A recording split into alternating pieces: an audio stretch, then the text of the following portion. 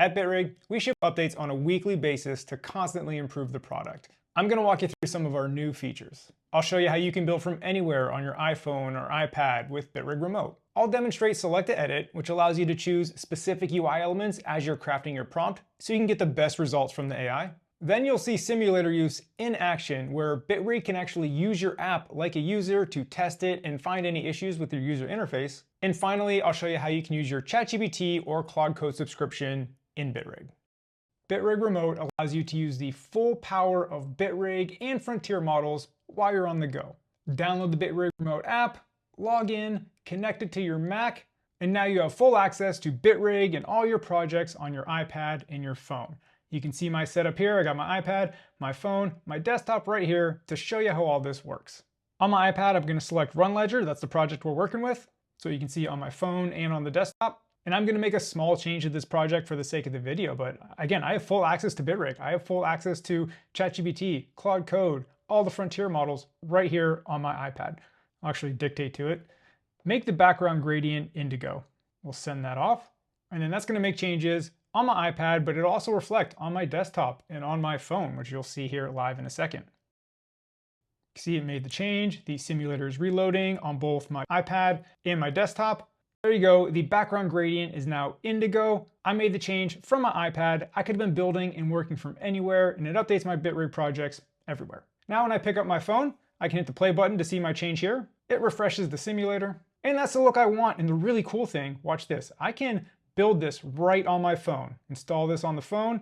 There you go. You can see down there, it's building the app. So not only can I play around with it on the simulator, I can build it for real on my device and do some testing. And if I see a fix that I need to make, just type it into Bitrig Remote, it'll make that fix. Here you go. It would like to install Run Ledger. Go ahead and install that for me. So I'll swipe out to my home screen. There's the Run Ledger icon right there. I'll tap it. Here's my changes with the indigo background. Now I can use my app actually on my device.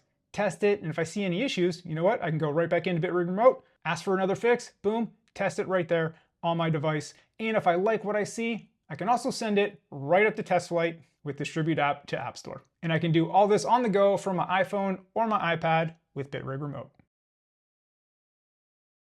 Sometimes it's tricky to describe your user interface to the AI, and it might get confused. It might not do exactly what you were thinking. In Bitrig, you can select elements on the screen so the AI knows exactly what you're talking about. Here I have a view that shows a chart of monthly recurring revenue. It's mock data, but I feel like the top of the screen feels disjointed with the time frame segmented control, the title, the total. I kind of want all that to be in the title of the chart like you see here. I feel like that's more cohesive. So I'm going to use Bitrig's Select to Edit feature to make sure the AI knows exactly what I want to move. So I'll click on the target icon to the right of the simulator to go into Select to Edit mode. And then as you can see, things are highlighting on my screen now. So I'll go back to my prompt and I'll say move. And this is how I can craft my prompt. Now that I'm in Select to Edit, I can click on the segmented control.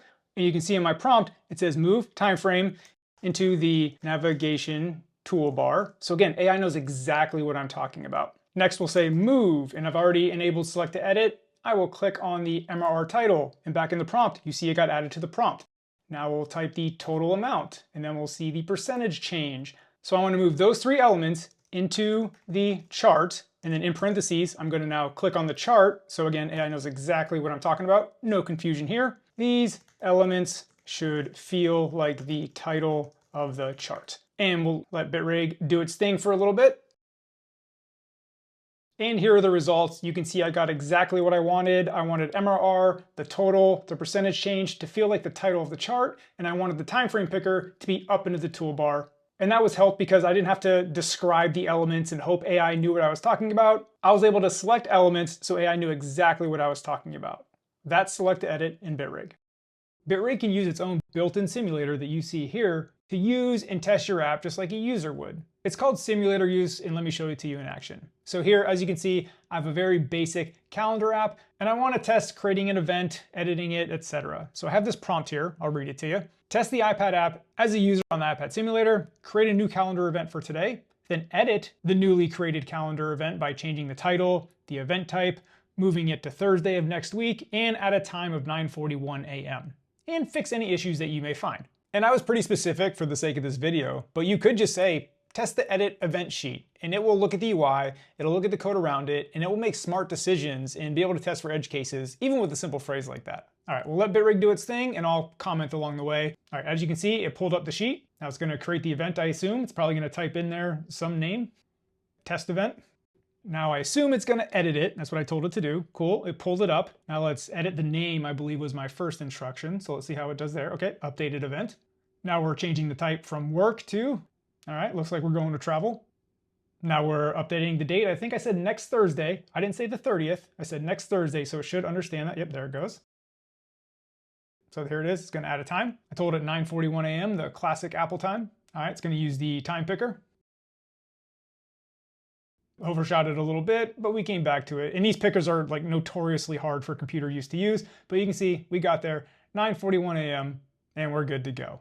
Oh, and it looks like it found an issue actually. I spoke too soon. You can see there, it says the core edit controls work, found a data loss path, dismissing the time picker can close the entire editor and the event disappears before you can hit save. So you can see my event is gone. So let's see if it does a fix for this. It's gonna fix it and go through the whole path again to verify that it works, which is what you want it to do. And yep, here it goes. It is gonna go through that whole flow again, but I'm gonna speed up the video. I'm not gonna edit anything out. I'm not gonna cut anything. I'm just gonna speed things up to save your time and get to the end result.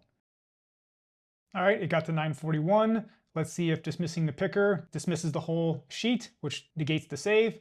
It did not. I saved it. You can see the updated event on the calendar right there. Again, it went through the whole process where it changed the name, it changed the type, it switched it to next Thursday. But you saw an example of how simulator used. Tested my app, it found an issue. It went back, it fixed the issue. Then it retested to make sure everything was good, and now we're good to go. That thing is fixed. And that's simulator use in Bitrig. With Bitrig, you can bring your own subscription, whether that's ChatGPT or Claude Code. You just go into settings, here in the intelligence tab, you can see the Claude Code section. I'm not authenticated, but I am authenticated in the ChatGPT account section. And once you're authenticated, you can toggle it on or off if you want to use that subscription. And now when I'm building with Bitrig, if I choose an Anthropic model, it'll drop my Bitrig credits because I'm not authenticated. But if I select an OpenAI model, it'll use my subscription instead because I am authenticated, and I flip that toggle to use it. So that's what's new in Bitrig for July. Like I said, we ship updates every week, so check back next month to see how we've made Bitrig even better.